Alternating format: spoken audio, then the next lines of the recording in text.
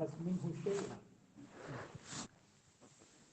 وقال النبي صلى الله عليه وسلم من سعى على عياله ففي سبيل الله ومن طلب الدنيا في عفاف كان في درجة الشهداء. وقال النبي صلى الله عليه وسلم طلب كسب الحلال فريضة بعد الفريضة. وقال النبي صلى الله عليه وسلم ما أكل أحد طعاما خيرا من أن يأكل من عمل يده وإن نبي الله داود كان يأكل من عمل يده أو كما قال عليه الصلاة والسلام. بھائیو دوستوں، ہمارے آج جمع ہونے اور اس مذاکرے کا مقصد کیا ہے؟ جب کسی بات کا مقصد واضح ہو تو پھر اس مقصد کے لیے محنت کرنا اور اس مقصد کو حاصل کرنا آسان ہو جاتا ہے۔ آج ہمارے یہاں جمع ہونے کا مقصد یہ ہے کہ ہم اور آپ مل کر کیسے کوشش کریں، کیسے محنت کریں، کیسے جہد کریں کہ اللہ تعالی ہماری زندگی کے ہر کام میں، زندگی کے ہر حصے میں، زندگی کے ہر لمحے میں 100% اپنی دین کو زندہ فرما دے۔ جو مسلمان کسی مقصد کے لیے، کسی فکر کے لیے، کسی کام کے لیے کوشش اور محنت کرتے ہیں، ایسے مسلمانوں کی اللہ بھی مدد فرماتا ہے اور ان کی فکر کو وجود عطا فرماتا ہے۔ ہم انشاءاللہ یہ عزم اور ارادہ لے کر اٹھیں گے کہ ہماری زندگی کے ہر شعبے میں اللہ کا دین زندہ ہو جائے، اس دین کو سیکھیں، اس دین پر عمل کر کے اپنی زندگیوں کو کامیاب بنائیں، تو انشاءاللہ وہ دن دور نہیں جب اللہ جل جلالہ ہماری زندگیوں میں خیر و برکتیں عطا فرمائے گا اور ہمیں دنیا اور آخرت کی کامیابی کی سعادت سے مالا مال فرمائے گا۔ اس بارے میں سب سے پہلی گزارش یہ ہے کہ اللہ تعالیٰ سے زیادہ ہمارا مہربان اس دنیا میں کوئی۔ اللہ تعالیٰ نے ہمیں اشرف المخلوقات میں پیدا کیا۔ اشرف المخلوقات، اس کی مخلوق جتنی بھی ہے دنیا میں، اس میں سب سے اشرف اور افضل مخلوق کے اندر اللہ نے ہمارا شمار کر دیا۔ اللہ چاہتا تو کوئی چھوٹی موٹی مخلوق میں ہمارا شمار کر دیتا، لیکن اس نے مہربانی کی، دنیا کی سب سے افضل، بہترین اور اعلیٰ مخلوق کے اندر ہمارا شمار کر دیا۔ وَلَقَدْ كَرَّمْنَا بَنِي آدم، ہمیں بنی آدم کو مکرم بنایا ہے۔ اسی طرح سے اللہ تعالیٰ نے ہمارے اوپر مہربانیاں کی، بہت مہربانی، اتنی مہربانیاں ہمارے اوپر، نعمتیں نازل کی، نعمتوں سے ہمیں نوازا، اور اتنی نعمتیں اللہ تعالیٰ نے ہمیں عطا کی ہیں کہ ہم اگر ان کو گننا اور لکھنا شروع کر دیں تو اللہ تعالیٰ فرماتا ہے وَإِن تَعُدُّوا نِعْمَةَ اللَّهِ لَا تُحْصُوهَا، کہ تم اگر نعمتوں کو گننا شروع کرو تمہاری گنتی ختم ہو جائے گی، تم ان نعمتوں کو اپنے شمار میں نہیں لا سکتے۔ اتنی مہربان ذات، وہ محسن، ہمارے اوپر مہربانی کرنے والی ذات، ہمارے اوپر احسانات کرنے والی ذات، ہمارے خیرخواہی چاہنے والی اللہ تعالیٰ کی ذات، ہمارے لیے جو ہے وہ ہم سے محبت کرنے والی ذات۔ اتنی محبت اللہ کرتا ہے کہ دنیا میں کوئی ہمارے ساتھ اتنی محبت نہیں کر سکتا۔ ایک ماں ہمارے ساتھ محبت کرتی ہے، ہم کہتے ہیں ماں بڑی عظیم ہوتی ہے، اس کی ہر بات مانتے ہیں، اس کی تابعداری کرتے ہیں۔ اللہ تعالیٰ تو اپنے بندوں پر 70 ماؤں سے بھی زیادہ محبت نازل فرماتا ہے۔ بے شک 70 ماؤں سے زیادہ محبت کرتا ہے اللہ تعالیٰ۔ اتنی عظیم ہمارا رب اور عظیم ذات کہ اس سے زیادہ ہمارے لیے خیرخواہ، ہمدرد اس دنیا میں کوئی اور نہیں۔ بے شک اسی طرح سے دنیا میں کوئی آدمی ہمارے ساتھ خیرخواہی کرے، ہمدردی کرے، محبت کرے اور ہماری کوئی کام کرا دے، کوئی دفتر کا، کوئی سرکاری محکمے کا، تو ہم ساری زندگی اس کے غلام بن جاتے ہیں، اس کے شکر گزار ہوتے ہیں کہ اس آدمی نے ہمارا کام کیا، ہمارا کام کرایا، ہمارا رکا ہوا یا اٹکا ہوا مسئلہ حل کرا دیا۔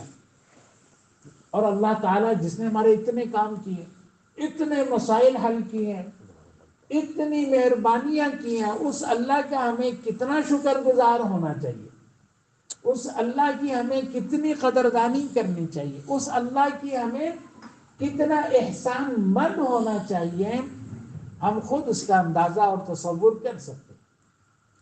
لیکن آج کیا ہوتا ہے کہ مسلمان سے بڑی آسانی سے اللہ کے حکم ٹوٹ جاتے ہیں اور نبی کے طریقے چھوٹ جاتے ہیں۔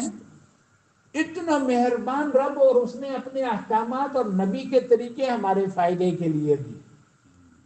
کبھی اللہ کے حکم میں ہمارا نقصان نہیں ہو سکتا، اور کبھی ہمارے نبی علیہ الصلاۃ والسلام کے طریقے میں ہمارا جو ہے وہ نقصان نہیں ہو سکتا، لیکن اس کے باوجود ہم سے اللہ کے حکم ٹوٹتے جاتے ہیں اور نبی کے طریقے چھوٹتے جاتے ہیں۔ آج بازاروں میں دیکھیں، دھڑا دھڑ مسلمان اللہ کے احکامات توڑ رہے ہیں۔ دفتروں میں دیکھیں، مسلمان سے دھڑا دھڑ اللہ کے حکم ٹوٹ رہے ہیں، نبی کے طریقے چھوٹ رہے ہیں۔ کھیتوں میں دیکھیں، منڈیوں میں دیکھیں، ایسی مہربان اور رحیم ذات ہمارا رب، اس کے احکامات اور اس کے نبی کے طریقوں کو ہمیں سینوں کے ساتھ لگانا چاہیے تھا، اور ان احکام اور طریقوں پر ہمیں عمل کرنا چاہیے تھا، اور عمل کر کے ہم اپنی مشکلات اور تکلیفوں سے باہر آ جاتے اور اپنی زندگی کو کامیاب بنا لیتے۔ لیکن ہم سے اللہ کے حکم ٹوٹتے جاتے ہیں، نبی کے طریقے چھوٹتے جاتے ہیں، پھر اس کا نقصان ہوتا ہے۔ کبھی ممکن نہیں کہ اللہ کا حکم ٹوٹ جائے اور مسلمان کو فائدہ ہو، بلکہ ہمارے اکابر نے قرآن اور حدیث سے ہمیں جمع کر کے دیا ہے کہ جس بازار یا جس دفتر میں یا جس جگہ ایک اللہ کا حکم ٹوٹتا ہے، اس جگہ 27 قسم کے عذابات متوجہ ہو جاتے ہیں۔ اللہ کے حکم، ایک حکم ٹوٹنے پر 27 قسم کے عذاب، اور اگر اللہ کا ایک حکم پورا کیا جائے تو 26 قسم کی خیر و برکتیں اس جگہ نازل ہوتی ہیں۔ سبحان اللہ۔ آج ہمارا ملک مسائلستان بن گیا، پریشانیاں ہی پریشانیاں، دفتروں میں پریشانیاں، کھیتوں میں پریشانیاں، منڈیوں میں پریشانیاں، بازاروں میں پریشانیاں، گھروں میں پریشانیاں، گھر پریشانیاں، مشکلات اور تکلیفیں اور مصیبتوں کی آماجگاہ بن گئے ہیں۔ آدمی بازار جاتا ہے وہاں پریشان، گھر آتا ہے وہاں پریشان، دفتر جاتا ہے وہاں پریشان، گھر آتا ہے وہاں پریشان۔ کوئی جگہ ایسی نہیں کہ جہاں پریشانی کے بغیر انسان زندگی گزار سکے، اور وجہ اس کی ایک ہی ہے کہ ہم اللہ کے حکموں کو اگر زندہ کریں گے، نبی کے طریقوں کو بازاروں میں، دفتروں میں، کھیتوں میں، گھروں میں زندہ کریں گے، انشاءاللہ ہماری زندگی اتنی خوبصورت، بہترین اور عمدہ بن جائے گی کہ دنیا کے اندر ہی ہمیں جنت کا مزہ آنا شروع ہو جائے۔ اب مذاکرہ اس بات کا کرنا ہے کہ ہم مل کے سوچیں اور غور کریں کہ یہ اللہ کے حکم ہم سے کیوں ٹوٹتے ہیں، اور نبی کے طریقے ہم سے کیوں چھوٹتے ہیں، اور اس کے خلاف کیوں زندگی گزار لیتے ہیں۔ کام تو کام ہے، چاہے ایسے کریں چاہے ایسے کریں، ہم سے صحیح طریقے سے وہ کام نہیں ہوتا، غلط طریقے سے ہو جاتا، اس کا دین نہیں سیکھتے، عمل نہیں کرتے، ہم سے غلط کام ہو جاتا ہے۔ یہ کیوں ہوتا ہے؟ اس کے لیے لاہور میں کچھ علماء جمع ہوئے، غور و خوض شروع ہوا کہ مسلمان سے اللہ کے احکامات کیوں ٹوٹتے اور نبی کے طریقے پر عمل نہیں ہوتا اور غیروں کے طریقے پر کام کر لیتا ہے۔ تو اس کی وجہ ایک سمجھ میں آئی، وہ یہ ہے کہ مسلمان سے آج ایک بہت بڑی غلطی ہو گئی، اور وہ غلطی کیا ہوئی ہے کہ اس نے اپنی زندگی کے دو ٹکڑے کیے ہیں، ایک کا نام رکھا ہے دینداری اور ایک کا نام رکھا ہے دنیا داری۔ نماز پڑھنا، روزہ رکھنا، حج ادا کرنا، زکوٰۃ دینا، نفلیں پڑھنا، قرآن کی تلاوت کرنا، یہ دینداری اور دین کا کام ہے، اور کاروبار کرنا یہ دنیا کا کام ہے، ملازمت کرنا یہ دنیا کا کام ہے، دنیا داری ہے۔ ایسے ہی شادی بیاہ، بیوی بچوں کو پالنا یہ دنیا کا کام ہے، دنیا داری ہے، اور نماز روزہ حج زکوٰۃ یہ دین کا کام ہے، یہ دین داری۔ بھائیو، ہم سے اتنی بڑی غلطی ہوئی، اتنی بڑی غلطی ہوئی۔ مسلمان جس کام میں اپنے آپ کو دنیا دار سمجھتا ہے تو اللہ تعالیٰ اس کو دین سے بھی محروم کر دیتا ہے، دین کے علم سے بھی محروم کر دیتا ہے۔ دنیا دار کو اللہ تعالیٰ اپنا دین اور اس کا علم نہیں دیتا، اللہ تعالیٰ اس مسلمان کو دیتا ہے کہ جو اپنے آپ کو دیندار سمجھے اور دیندار بنانے کی کوشش کرے۔ ہمارا دین تو اتنا اونچا اور عظیم ہے کہ اس کے اندر زندگی کے ہر شعبے کی رہنمائی مکمل طریقے سے موجود ہے۔ کوئی چیز ایسی نہیں کہ جس کی رہنمائی کی ضرورت ہو اور اللہ کے رسول نے وہ طریقہ نہ سکھایا اور اس کی رہنمائی اور تعلیمات ہمیں عطا نہ کی۔ اتنا اونچا دین، ہمارا دین تو اتنا اونچا ہے کہ ہم پیشاب کریں، پخانہ کریں، استنجا کریں، کوئی بھی کام چھوٹے سے چھوٹا کر لیں، پیشاب پخانہ استنجا کتنا غلیظ کام ہوتا ہے۔ پیشاب پخانہ استنجا بھی آدمی اگر اللہ کے حکم کے مطابق اور نبی صلی اللہ علیہ وسلم کے طریقوں کے مطابق کرے تو اس کا پیشاب پخانہ استنجا عبادت باعث اجر و ثواب بن جاتا ہے۔ سبحان اللہ۔ تو کیا تجارت جو ہے وہ دین نہیں بن سکتی؟ کیا ملازمت کا شعبہ اس کا دین نہیں بن سکتا؟ پیشاب پخانہ تو باعث اجر و ثواب بن جاتا ہے، دین بن جاتا ہے۔ تو ہم سے بہت بڑی غلطی ہو گئی اور اس کا پھر ہمیں نقصان ہوا۔ جن شعبوں کو ہم دنیا کا کام سمجھتے ہیں اس کا دین بھی نہیں سیکھتے، اس کا علم بھی نہیں سیکھتے، علماء کے ساتھ بھی نہیں جڑتے اور پھر اس میں دین سے محروم ہو جاتے ہیں، بے دینی کے ساتھ زندگی گزارتے ہیں، پھر ہمیں پریشانیاں آتی ہیں۔ اللہ نے ہمارے لیے راحت، عافیت، عزت دین میں رکھی ہے۔ دین کے علاوہ کسی اور نظام میں کوئی ہمارے لیے عافیت، راحت کوئی چیز نہیں رکھی۔ اللہ تعالیٰ فرماتا ہے ان الدین عند اللہ الاسلام ومن یبتغی غیر الاسلام دینا، اگر کوئی آدمی اسلام کے علاوہ کسی اور طریقہ زندگی کو اپنے لیے دین سمجھے گا، دین بنائے گا، اللہ فرما رہا ہے غیر الاسلام دینا، کہ اسلام کے علاوہ کسی اور چیز کو اپنے لیے طریقہ بنائے گا تو فَلَن يُقْبَلَ مِنْهُ، نہ ہی اللہ اس کو قبول کرے گا، وَهُوَ فِي الْآخِرَةِ مِنَ الْخَاسِرِينَ، آخرت میں بھی وہ گھاٹے میں ہوگا۔ تو کیا یہ اچھا یہ نہیں ہے کہ ہم اپنا دین سیکھیں، ہر کام کو دین کے مطابق کریں، اس میں اللہ کے احکامات اور نبی کا طریقہ زندہ کریں اور اس کو دین بنائیں، باعث اجر و ثواب بنا لیں۔ آج ایک تاجر بھائی یہ سمجھتا ہے کہ میں دنیا دار ہوں، ملازم بھائی بھی یہی سمجھتا ہے میں دنیا دار ہوں، اور نبی کریم صلی اللہ علیہ وسلم نے کیا فرمایا؟ آپ نے فرمایا من سعى علی عیالہ ففی سبیل اللہ، جو اپنے بچوں کے لیے روزی کمانے کی سعی اور کوشش کرتا ہے وہ اللہ کے راستے میں شمار کیا جاتا ہے۔ اب اللہ کے نبی علیہ السلام بتا رہے ہیں روزی کمانا اللہ کا راستہ، ہم نے کیا فیصلہ کیا یہ دنیا کا راستہ ہے۔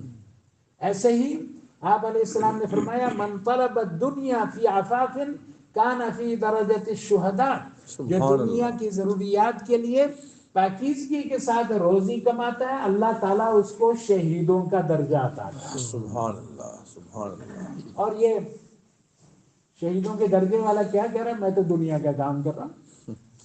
ایسے ہی نبی کریم صلی اللہ علیہ وسلم نے فرمایا ما اکل احد طعاما خیرا من ان یأکل من عمل یدہ، کسی آدمی نے اس کھانے سے بہتر کھانا نہیں کھایا ہوگا جو کھانا کہ وہ اپنے ہاتھ کی کمائی سے کما کر کھاتا ہے۔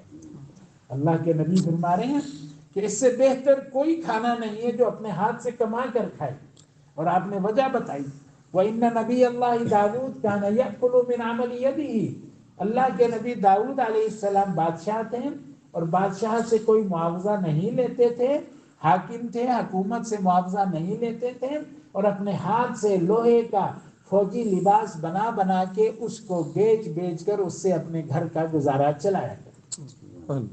تو روزی کمانا نبیوں کی سنت ہے، یہ دنیا کا کام نہیں ہے۔ انبیاء کی جو سنت ہوتی ہے وہ دین ہوتا ہے، دنیا کا کام نہیں ہوتا۔ اسی طرح سے حضرت یوسف علیہ السلام جب مصر کی حکومت کو گندم کا 15 سال کا نظام اس کو اسٹور کرنے اور محفوظ کرنے کا بنا کر دیا تو گندم کی خرید اور فروخت کو اپنے لیے ذریعہ معاش بنا، جیسے یہ آڑتی ہوتے ہیں، خریدتے ہیں بیچتے ہیں، اسی طرح سے حضرت یوسف علیہ السلام گندم کو خریدتے اور پھر بیچتے اور ذریعہ معاش بنایا. اسی طرح سے حضرت ایوب علیہ السلام بہت بڑے زمیندار تھے، ان کی زمینیں تھیں، باغات تھے. حضرت شعیب علیہ السلام زمیندار تھے. تو یہ روزی کمانا نبیوں کی سنت ہے، یہ دنیا کا کام نہیں ہے. ایسے ہی نبی کریم صلی اللہ علیہ وسلم نے فرمایا طلب کسب الحلال فریضۃ بعد الفریضہ، حلال کمانا دیگر فرائض کے بعد یہ بھی فرض ہے. جیسے نماز روزہ حج زکوٰۃ ہم پر فرض ہے، اس کے بعد حلال کمانا بھی ہمارے اوپر فرض ہے. اور ہم سے کیا غلطی ہوئی کہ ایک فریضے کو ہم نے دنیا کا نام دے دیا کہ یہ دنیا کا کام ہے. یہ تو ایسے ہی ہے جیسے کہ کل کو کوئی بھائی یا مسجد سے نماز پڑھ کے جائے ظہر کی اور سب کو بتائے میں دنیا کا کام کر کے آیا ہوں مسجد سے. سب اس کو کہیں گے نا سمجھ آدمی ہے.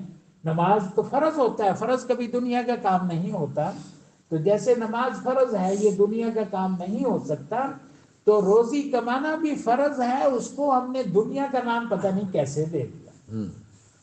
ایسے ہی نبی کریم صلی اللہ علیہ وسلم نے فرمایا ان اللہ یحب ان یرى عبده تعبا فی طلب الحلال، اللہ تعالی اس بات کو محبوب رکھتا ہے کہ اپنے بندے کو حلال کمائی کے اندر تھکتا ہوا دیکھے. سبحان اللہ. جب بندہ حلال کماتا ہے اور اس میں تھک جاتا ہے وہ اللہ کا محبوب بن جاتا ہے. سبحان اللہ. جو آدمی حلال کماتا ہے اور اس میں نہیں تھکتا وہ اللہ کا محبوب نہیں بنتا. اللہ کے محبوب بننے کے لیے حلال کمائی میں تھکنا ضروری ہے. آپ علیہ السلام نے فرمایا. اسی طرح سے آپ نے فرمایا من امسا کالا من عمل یدہ امسا مغفورا لہ، کہ جو آدمی اپنے ہاتھ کے کام کاج سے تھک جائے.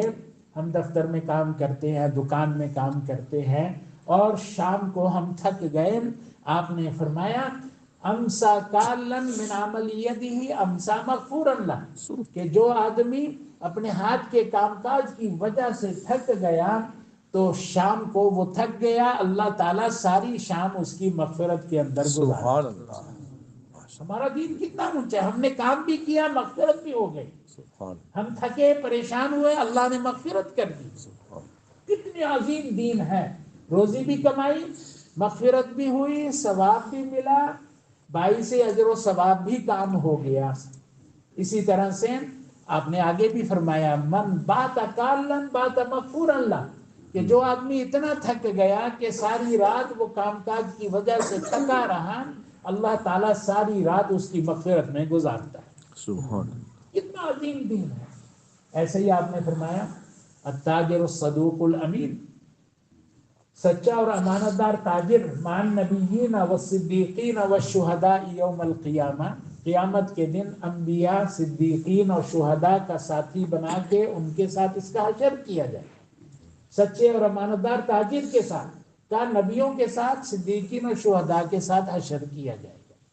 اسی طرح سے آپ علیہ السلام نے فرمایا التاجر الصدوق لا يحجب من ابواب الجنہ، سچا تاجر کبھی جنت کے دروازوں سے روکا نہیں جائے گا، سیدھا کا سیدھا جنت میں داخل کر دیا جائے گا. سبحان اللہ. کتنا عظیم ہمارا دین ہے. ہمیں کاروبار بھی کیا، ثواب بھی ملا، نبیوں کے ساتھی بن گئے، رکاوٹ کے بغیر جنت میں داخل ہو گئے، تھک گئے تو ہماری مغفرت ہوئی. اتنا اجر و ثواب ہم کما سکتے ہیں اگر ہم اپنا دین علماء سے سیکھیں اور عمل کریں. اور اگر نہیں سیکھیں گے تو یہ جتنے فضائل میں نے بتائے ہیں ان کو اجر و ثواب بھی نہیں ملے گا، کیونکہ علماء کرام نے بتایا ہے ایماناً و احتساباً کے اعتبار سے ہر کام کی فضیلت سیکھنا اور اس کا ذہن میں استحضار رکھنا ضروری ہے. اگر ہم اپنا دین نہیں سیکھیں گے اور استحضار نہیں کریں گے ہمیں ثواب بھی نہیں ملے گا. اور اگر اپنا دین علماء سے سیکھیں گے، عمل کریں گے، استحضار کریں گے، یہ سارے جتنے فضائل بتائے ہیں ان سب کا اجر و ثواب اللہ تعالیٰ ضرور ہمیں دے گا. سبحان اللہ. تو یہ بہت بڑی ہم سے غلطی ہوئی، دنیا کا کام، دنیا داری. اللہ. اب اس سے توبہ کرنی ہے، استغفار کرنا ہے، اللہ سے معافی مانگنی ہے. اور انشاءاللہ آج ہی اگر ہم توبہ اور استغفار کر لیں گے اور اللہ سے معافی مانگ لیں گے اور اللہ سے ہم عہد کر لیں گے یا اللہ ہم سے غلطی ہوئی، ہم یہ کاروبار کرنا، ملازمت کرنا، زمینداری کرنا، گھریلو زندگی، اس کو دنیا کا کام سمجھتے تھے. ہمارا کوئی کام دنیا کا کام نہیں ہوتا، ہمیں پتہ لگ گیا ہے. لہٰذا آج کے بعد ہم کبھی کسی کام کو دنیا کا کام نہیں سمجھیں گے. تو انشاءاللہ اگر ہم نے اپنی یہ اصلاح کر لی اور نیت ٹھیک کر لی تو کل سے ہی اللہ تعالی ہمیں سارا دین سیکھنے اور علماء کے ساتھ جڑنے کی توفیق واپس کر دے گا جو اللہ نے ہم سے چھین لی.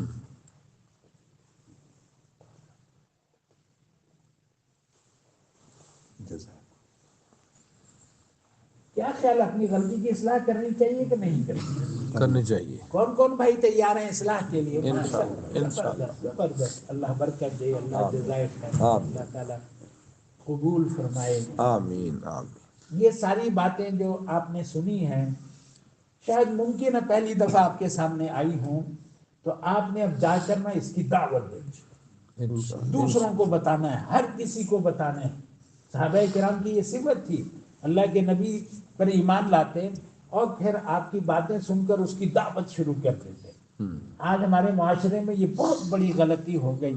ہمارے بڑوں نے ہمیں یہ ملک کلمے کے نام پر بنا دیا اور کتنی قربانی دی، کتنی بڑی ہجرت کی، صرف کس لیے کہ ہم اپنی اولاد کے لیے، اپنی نسل کے لیے ایک آگے دین کی بنیاد پر، کلمے کی بنیاد پر ملک بنا دیتے ہیں. وہ اس میں کلمہ زندہ کریں گے، اللہ کے احکامات اور نبی کے طریقے، اور سارے ملک کو دین والا بنا کر خود بھی خیر و برکتیں حاصل کریں گے اور انسانیت کے لیے رہبر و رہنما ثابت ہوں گے. لیکن ہمارے 60-70 سال ہو گئے، ہم سے کلمہ ہی زندہ نہیں، ہم سے اللہ کے احکامات اور نبی کا طریقہ نہیں زندہ ہوا. اب کچھ نہیں، جتنی غفلت اور سستی ہوئی، بڑوں کو جواب بھی تو دینا ہے جا کے کہ جی آپ نے ملک بنا کے دیا، ہم نے دین نہیں زندہ کیا. قیامت کے دن ملیں گے، وہ ہم سے کہیں گے، پھر ہم نے اللہ کے نبی کے سامنے پیش ہونا ہے.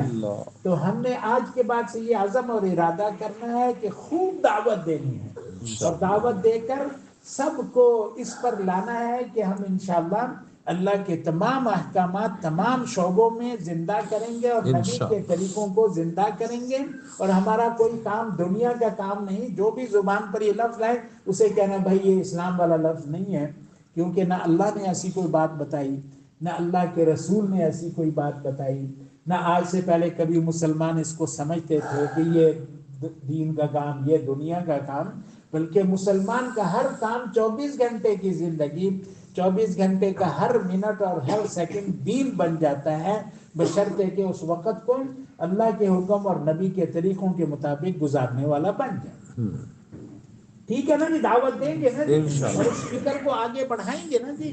جو ساتھی نہیں آئے کوئی بات نہیں، لیکن ان تک بات پہنچائیں گے اپنی انشاءاللہ، اور ان کو بھی فکر مند کریں گے، متحرک کریں گے، اور اتنی کوشش اور محنت کریں گے کہ ہماری زندگی کے ہر شعبے اور ہر حصے میں اللہ کا دین زندہ ہو انشاءاللہ. دوسری بات یہ ہے کہ نبی کریم صلی اللہ علیہ وسلم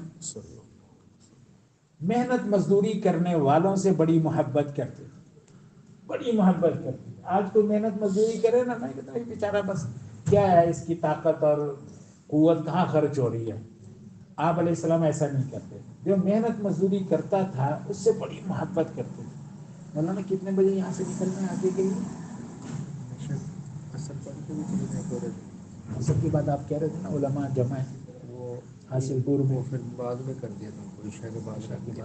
اور مغرب کے بعد وہاں تاجر وغیرہ جمع ہے. ہاں جی مغرب اثر پڑھ کے نکلیں تو پہنچ جائیں گے وہاں حاصل پور. آدھے گھنٹے کا راستہ ہے. پہلے اثر جانا کتنے چاہیں تو بجے پہلے، مولانا؟ یہاں پہلے 4:30 ہے. پہلے بھی جا سکتے ہیں، اور آ کر یہاں یا وہاں؟ جیسے بھی ہے. جی الحمدللہ. اچھا جی، دوسری بات یہ ہے کہ نبی کریم صلی اللہ علیہ وسلم محنت مزدوری کرنے والوں سے بڑی محبت کرتے ہیں. ایک صحابی حضرت جابر رضی اللہ عنہ آپ علیہ السلام کے پاس آئے، آپ سے مصافحہ کیا. آپ صلی اللہ علیہ وسلم نے دیکھا ان کے ہاتھ سخت ہو گئے، تو آپ نے پوچھا جابر یہ تمہارے ہاتھوں کو کیا ہوا ہے؟ کیونکہ ہاتھ سخت ہونے کی کئی وجہ ہو سکتی ہے، خارش ہو جائے ہاتھوں میں، اس سے بھی سخت ہو جاتے ہیں. کوئی دانا وانا نکل آئے, کوئی بیماری ہو جائے, اور محنت مزدوری سے بھی سخت ہوتے ہیں. تو آپ نے پوچھا جابر یہ تمہارے ہاتھوں کو کیا ہوا؟ حضرت جابر رضی اللہ عنہ نے کہا جی میں سخت کام کرتا ہوں, مشقت والے کام کرتا ہوں, اس کی وجہ سے یہ میرے ہاتھ سخت ہو گئے ہیں. اللہ کے نبی صلی اللہ علیہ وسلم نے ان کے ہاتھوں کو پکڑا, اور پکڑنے کے بعد فرمایا ھذہ ید لا تمسھا النار, یہ ہاتھ ایسے ہو گئے ہیں کہ اب دوزخ کی آگ ان کو چھو نہیں سکے. سبحان اللہ. محنت مزدوری کرنے والوں کی قدر کرتے تھے, حوصلہ افزائی کرتے تھے. روزانہ آپ کے معمول میں ہمیں ملا ظہر کی نماز پڑھ کر آپ بازار تشریف لے جاتے تھے. صحابہ کرام کو تجارت اور کاروبار کرنے کا وہ طریقہ سکھاتے تھے جو اللہ نے آسمانوں سے اتارا ہے. اللہ کے نبی علیہ السلام سبحان کی کوئی اللہ. بات اپنے پاس سے نہیں تھی. وما ينطق عن الهوى ان هو الا وحی یوحى, بے شک. آپ کی ہر بات اللہ کی وحی تھی. اتنا بہترین کاروبار اور تجارت کرنے کا طریقہ اللہ کے نبی نے صحابہ کو سکھایا, اس سے بہتر طریقہ دنیا میں کسی کے پاس. بے شک نہیں. کاروبار میں برکت کیسے ہوتی ہے ہمیں پتہ ہی نہیں. آپ علیہ السلام نے فرمایا البیعان بالخیار ما لم یتفرقا. آگے آپ نے فرمایا وَإِن بَيَّنَا وَصَدَقَا, اگر بیچنے والا اور خریدنے والا بات کو کھول کھول کے رکھیں آپس میں اور سچ بولیں, یہ دو کام کریں, بُورِكَ لَهُمَا فِي بَيْعِهِمَا, ان کی خرید اور فروخت میں اللہ کی طرف سے برکت ڈال دی جاتی ہے. سبحان اللہ. برکت کا طریقہ بتایا اور بے برکتی کی وجہ بھی بتائی. اکثر ہم سے وہ وجہ ہو جاتی ہے. آپ نے فرمایا وَإِن كَذَبَا وَكَتَمَا, اگر بیچنے والے اور خریدنے والے دونوں میں سے کسی ایک نے یا دونوں نے کسی بات کو چھپایا یا جھوٹ بول دیا لین دین کے اندر, آپ نے فرمایا محقت البرکۃ عن بیعہما, ان کی خرید اور فروخت سے برکت مٹا دی جاتی ہے. ہم بھی خریدتے ہیں بیچتے ہیں, کیا کچھ کرتے ہیں. دکاندار کے پاس جا کر کہتے ہیں مجھے فلانی دکان سے سستا مل رہا ہے, حالانکہ کوئی نہیں مل رہا. اور بیچنے والا دکاندار کہتا ہے جی مجھے تو میں آپ کو 500 میں بیچ رہا ہوں, 450 میں میں نے یہ خریدا, حالانکہ اس نے 400 میں خریدا ہوتا ہے. ہم جھوٹ بول لیتے ہیں, پھر برکت نہیں ہوتی. اتنی کاروبار میں بازار میں جھوٹی باتیں اور چیزیں چل رہی ہوتی ہیں جس کا کسی کو اندازہ نہیں ہوتا, اور یہ باریک باتیں سوائے انبیاء کے اور کوئی نہیں ہمیں سکھا سکتا. اور اتنی برکت والی باتیں, کاروبار میں برکت ہو. اب ہم سارا دن محنت بھی کریں اور برکت بھی نہ ہو تو کیا فائدہ اس محنت کا. سارا دن قربانی دی, بچوں سے دور رہے اور بھاگ دوڑ کی, سامان خریدا اور بیچا یا بیچا اور خریدا, اور برکت نہیں ہوئی تو ہمارا ہی نقصان ہوا. بے شک. اور اگر ہم نبی کی تعلیمات پہ عمل کر لیں ہمیں برکت بھی ملے گی, نبی کی سنت کو زندہ کرنے کا ثواب بھی ملے گا, اللہ کا حکم زندہ ہوگا, اور ہمارے کاروبار میں برکت بھی نصیب ہوگی. کتنا عظیم ہمارا دین ہے. دین سے دور رہنے میں ذرہ بھر ہمارا فائدہ نہیں ہے, اور دین کو سیکھ سیکھ کر علماء کرام سے جڑ کے عمل کر کے, دین کو سیکھ سیکھ کر عمل کرنے میں ہی ہمارا فائدہ ہے, اسی میں ہی خیریں ہیں, اسی میں برکتیں ہیں. اپنے دین سے ہم دور رہیں گے ہم اپنا ہی نقصان کریں گے, فائدہ نہیں کریں گے. تو آج یہ بھی ایک ارادہ کرنا ہے کہ انشاءاللہ ہم اپنی زندگی کے ہر شعبے, زندگی کے ہر حصے, زندگی کے ہر لمحے اور لحظے کا دین سیکھنا ہے, اور اس کے مطابق مکمل زندگی ہم نے دین والی بنانی. انشاءاللہ. کیا خیال ہے جی, کون کون بھائی تیار ہیں؟ ماشاءاللہ ماشاءاللہ, زبردست زبردست. ہم تو وہاں رائے میں رہتے ہیں, وہاں پر 50 سال سے زیادہ ہو گئے ہیں, اور یہ بزرگوں سے سنا ہے, وہ ہمارے بڑے کہتے ہیں واپس جاؤ اپنے علماء سے جڑو, ہر بات ان سے سیکھو اور عمل کرو. ہم جاتے ہیں کوئی نہیں سیکھتے, علماء سے جڑتے نہیں, علماء ہمیں جوڑتے نہیں. تو یہ تھوڑی سی فکر شروع ہوئی ہے کہ عام مسلمان علماء کرام کے ساتھ جڑیں اور ان سے ہر بات سیکھیں, اور ہدایات جو بڑے ہمیں دیتے ہیں اور اس پر عمل کرنے کی صورت بن جائے, اور انشاءاللہ فائدہ ہی فائدہ ہے. دیکھیں اللہ کے نبی علیہ السلام نے اتنا عظیم ہمیں دین دیا ہے, اس سے بہتر زندگی کا نظام دنیا میں کسی کے پاس. بے شک. آج ہمارے بازار میں کیا ہوتا ہے, بیچنے والا کوشش کرتا ہے کہ میں زیادہ سے زیادہ قیمت میں بیچ کر زیادہ منافع حاصل کروں. ٹھیک ہے جی. اور خریدنے والا کیا کوشش کرتا ہے کہ میں بھاؤ تاؤ کر کے اور ریٹ کم کرا کر پیسے بھی بچا لوں اور چیز بھی مجھے مل جائے. ایسا ہی ہوتا ہے نا, بیچنے والا زیادہ ریٹ میں, خریدنے والا کم ریٹ.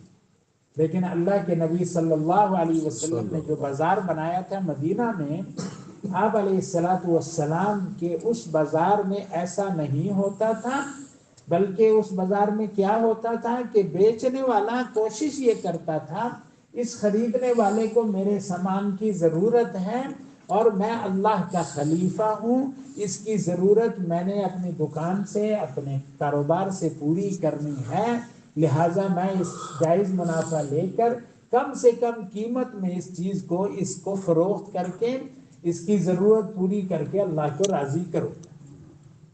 اسی طرح سے خریدنے والے کا جذبہ یہ ہوتا تھا, یہ بیچنے والا تاجر ہمارا محسن ہے.